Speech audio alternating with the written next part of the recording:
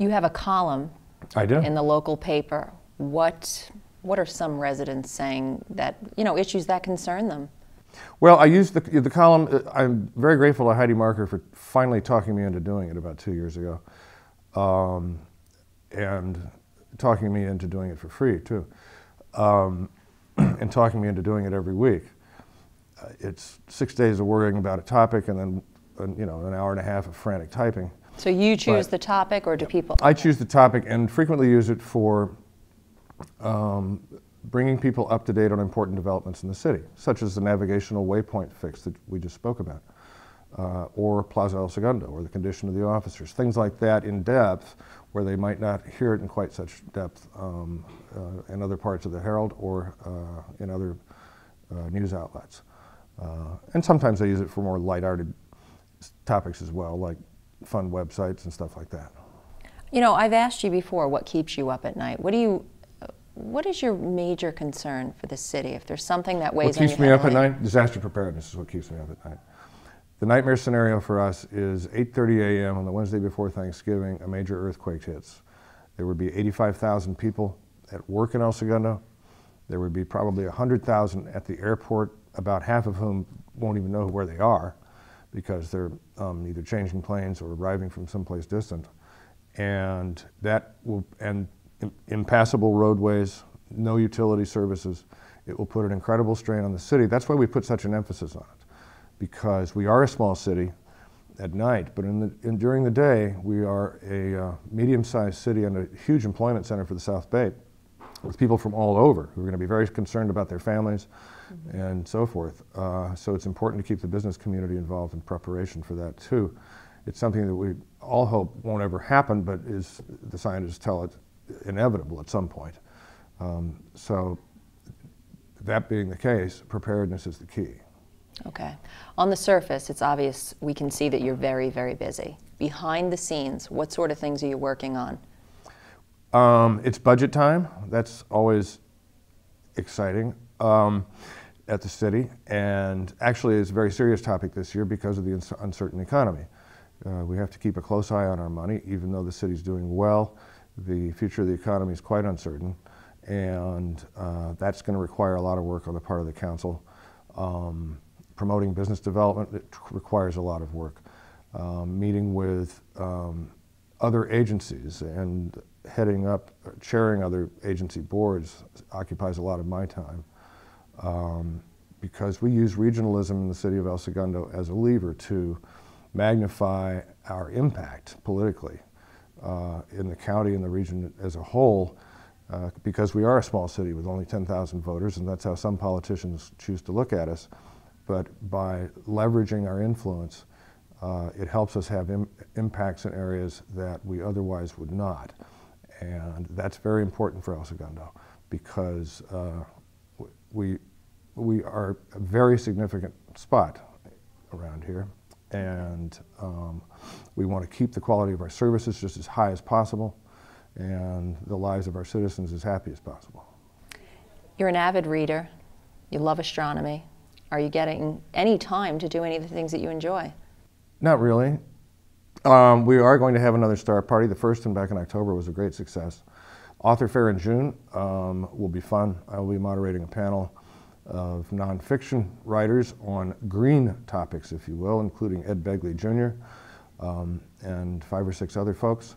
That will be tremendous fun. I always enjoy doing that. I've done that every year since the Author Fair started, and we'll have over 24 authors again this year.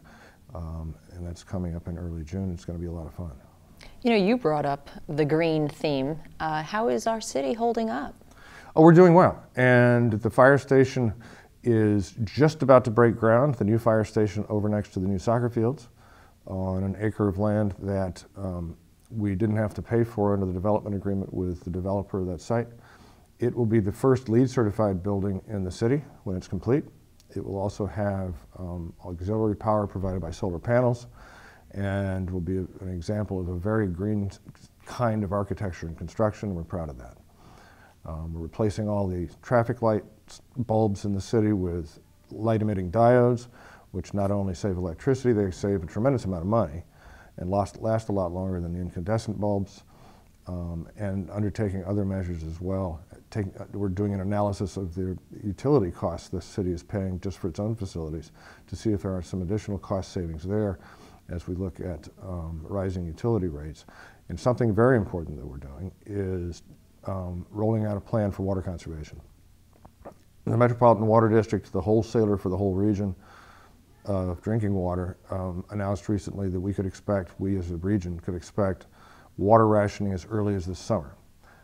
We want to avoid that in the city, and the best way to do that is to encourage voluntary conservation that promotes people to save water at their homes and at their businesses as well, to avoid the need to mandate the kinds of restrictions that some cities are already putting in place.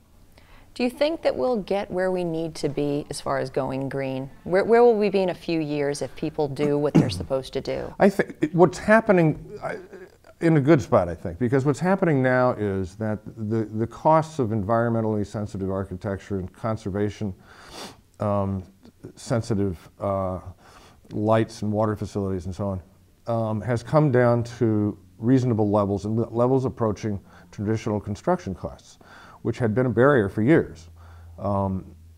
This is not a partisan issue at all, politically, nationwide or in any other sense.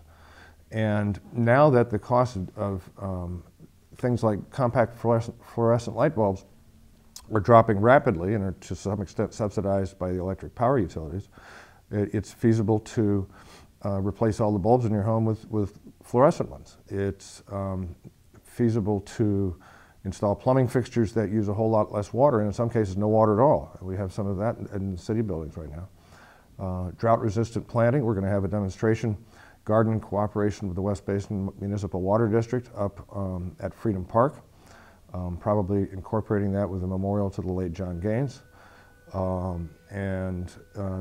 Those kinds of things could be done by everybody to make the place greener, use less resources, and conserve natural resources to the maximum extent that we can.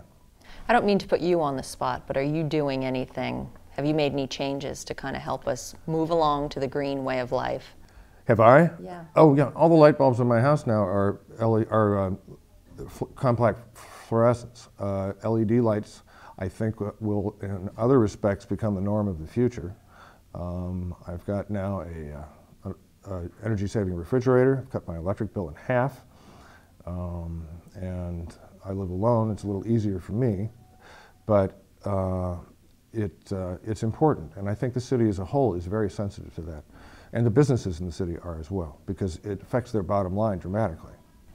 Now, are you still having fun? Oh yeah, I'm having fun, absolutely. I always say, the minute this stops being fun, I quit. And I'm having a great deal of fun. I was talking with Mayor Frank Scotto recently on the phone. He's the mayor of Torrance. And we were both just laughing about how much fun this is. And it's great to serve your community. It gives you a great feeling of satisfaction. But this job is tremendously fun because you're working with great people, both the City Hall and the business community, but especially our residents, for a great city. And they are very supportive. And I truly appreciate that. And so is the City Council. We're moving in the right direction. We're doing well. Yeah, of course I'm having fun. Good, I'm glad to hear that. Do you want to give the viewers some information of how they can contact you? They can contact me anytime. Let me give you my cell number, because that's the one I usually hand out. It's the easiest way to find me. 310-930-0268. And they can reach me by email, which is the best way to get a quick response, kmcdowell@elsegundo.org. And you can walk into City Hall if you can't get a hold of me otherwise, and we'll set up a meeting, whatever the topic, whatever the issue. Great. And let me ask you one more question. What sort of topics can we look forward to reading in the Herald? It's a good question. I don't have one for next week yet. Okay. Okay. We're going to have you back, and we'll continue where we left off. I hope we've done the topics justice.